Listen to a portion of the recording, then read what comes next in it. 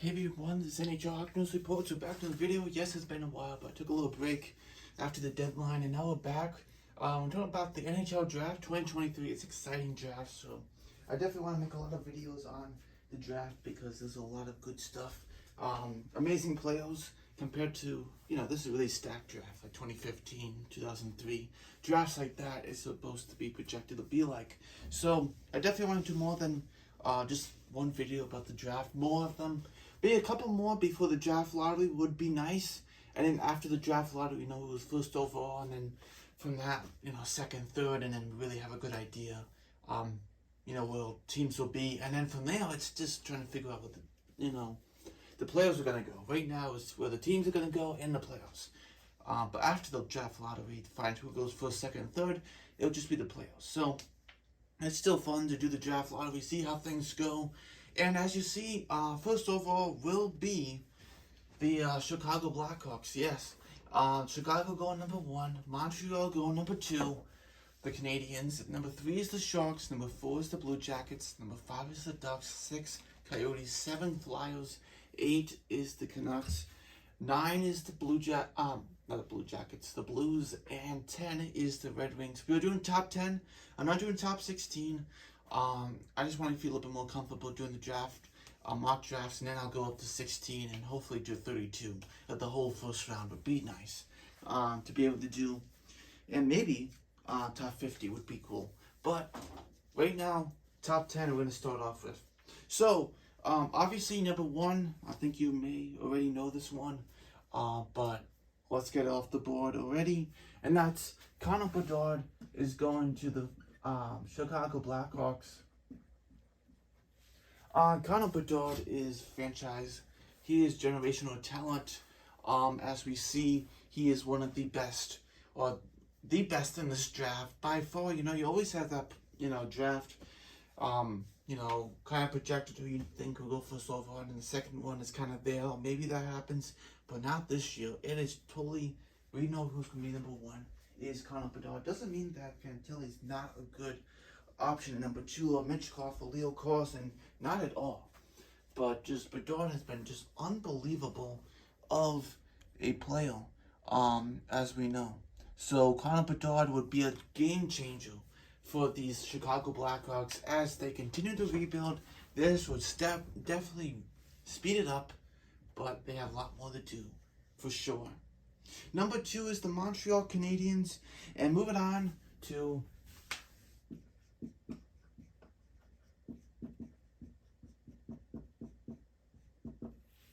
Adam Fantilli. Adam Fantilli is another fantastic player. He's a centerman. Adam Fantilli is just a fantastic, player. In general, center, played for the Michigan Wolverines for the NCAA. Unbelievable player. He's definitely a game changer. Could be awesome. In Montreal, getting Adam Fantilli, get another forward, impactful forward of that talent would be fantastic for the Montreal Canadiens. Adding a type of guy like Fantilli would just be fantastic. You have, Suzuki, you have Doc, you have Caulfield in that forward group. If you add Fantilli and whoever else, that would be fantastic, along with some other future assets like Phil Michard, Ryan Kidney, Joshua Waugh, or whoever else could become other, solid options for them. Owen Beck, so we'll see who turns out to become great, but definitely Adam Fantilli would be fantastic for the Montreal Canadiens. We went on to an interesting one. I know a lot of people are going to debate this one. Could debate it, but I want to tell my reasoning about this one. Moving on to the Sharks at number 3.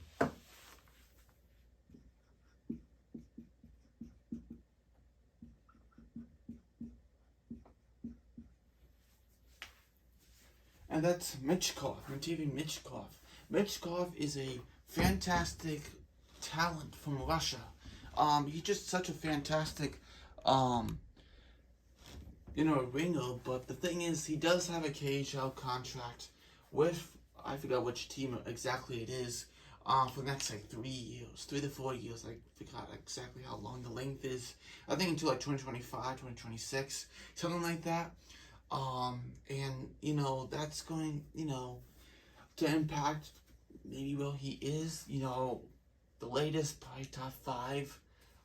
But definitely, I think 3 or 4 would definitely be where it goes. And the Sharks, starting this rebuild, they have no rush of young talent that they bring in. Just let them develop.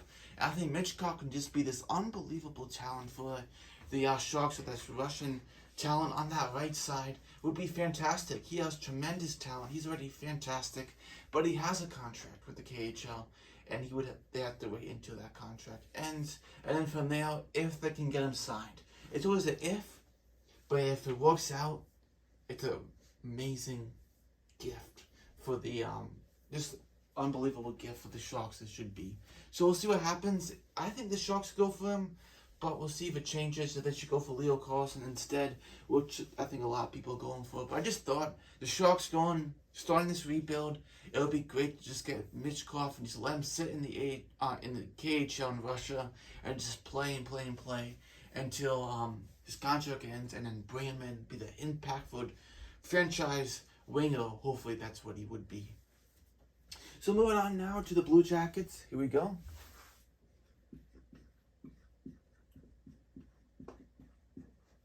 As the Blue Jackets will be adding more to the young group here, Ken Johnson and other ones, but we have Leo Carlsson going to the Blue Jackets.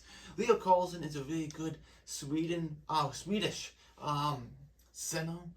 Leo Carlsson just brings that solid down the middle, two-way game. Carlsson is just very good at that.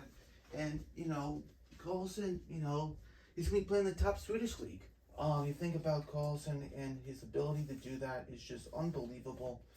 I hope the best for Carlsson, because Carlsson could just be, such a good pickup, for the Blue Jackets of the younger players they do have on their team as they start to build the team more and more. Moving on to number 5. Here we go.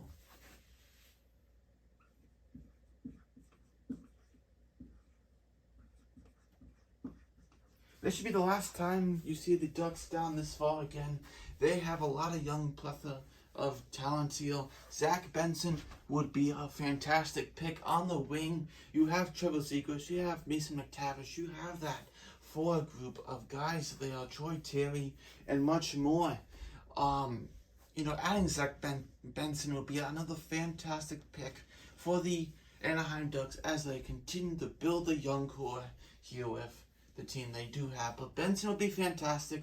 This should be the last year, like I said, where they should be. They should be better than this next year, and hopefully they are, as Benson will be a fantastic pick as they continue to add to that 4 group of talent they have.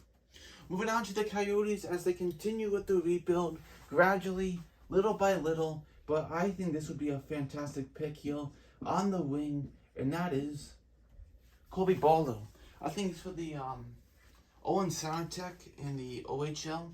Colby Barlow has a great shot, great winger, and adding him of guys like Dylan Gunther they have on the wing, at center Logan Cooley, who's one of the best prospects in the NHL, along with all the other guys they have, adding Colby Barlow could be a very good pickup here for the Coyotes. And even though you thought they could be in top 4 or win the lottery, getting Bedard, they have won a lot of games. Lately, they've been really solid, which has been interesting with Andre Tierney there as the head coach, getting the best out of his players. The team on paper isn't the best. But you also have Caden Keller, who's one of the mainstay there, who wants to be there for the future, who's playing fantastic. So Colby Barlow could fit great in that. Maybe 2-3 years, 1 or 2 years, maybe 2-3, but maybe 1 or 2 years. You never know how he does. Colby Barlow could be a great winger alongside a lot more young, exciting talent who could make the Arizona Coyotes. Moving on to the Flyers, a team that are going to be starting to rebuild next year. A lot of things are going to be moved around, I'm sure. And Michkov would be a great pick for them. To let him sit in the KHL and take that risk, right? But they have to hit on this one too, to start the rebuild in the right direction. It believed to be Danny Briere, the next Flyers coach. He's the interim coach right now, but it seemed to be him. That he has a good vision of what they want, what he wants for the team. It should be Danny Briere, who used to be with the Flyers, playing for the Flyers, Buffalo, 1 year with Montreal, a little with the 1 year with the Avalanche, I believe. Also, I don't think I'm missing anyone, but teams he's been playing for. But Danny Briere, I think, has a good vision of this team, and we'll see what he can do. Getting on to the playoff, I think he will pick, and I think this is a really good pick if they get him. If he's still available. And that's Andrew Crystal, who is a friend of Conor Bedard. We know that. But Crystal could just be that dynamic offensive threat on the wing, and adding him would be fantastic. He would be a fantastic guy. And knowing that he knows Bedard and he has a lot of skill, also could be really lethal for the Flyers. And a great start, like I said, to the rebuild, you know. If you want to start off, get that really solid guy. And what a draft to start a rebuild on, right? If you can hit it right. Right? You know, some guys you might become busts, but if you can really hit it right on this draft, you could really get a fantastic, just franchise-changing guy. Or maybe not it could be franchise-changing, not generational talent besides Bedard. You never know. But Andrew Crystal is definitely a fantastic player, and he has a tremendous skill. Moving on now to the Vancouver Canucks.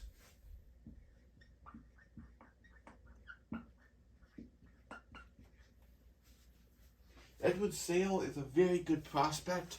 Adding to the team they have, he looks like a really solid guy that can bring some goal scoring, some defense too, as a winger there. And as a center, Edward Sale could be solid for them. He could go a little bit higher, but this is a good spot, I think, for the Canucks. They can get another guy like that, and then add maybe a couple more guys that maybe didn't work out for other teams, like 21, 22-year-olds around that they did Kravtsov and, you know, different other guys. They picked up Stanika and ones like that. Along with drafting Sale would be a fantastic pick too. For the, for the Canucks would be fantastic. As the retool, they say, continues. So we'll see what happens there.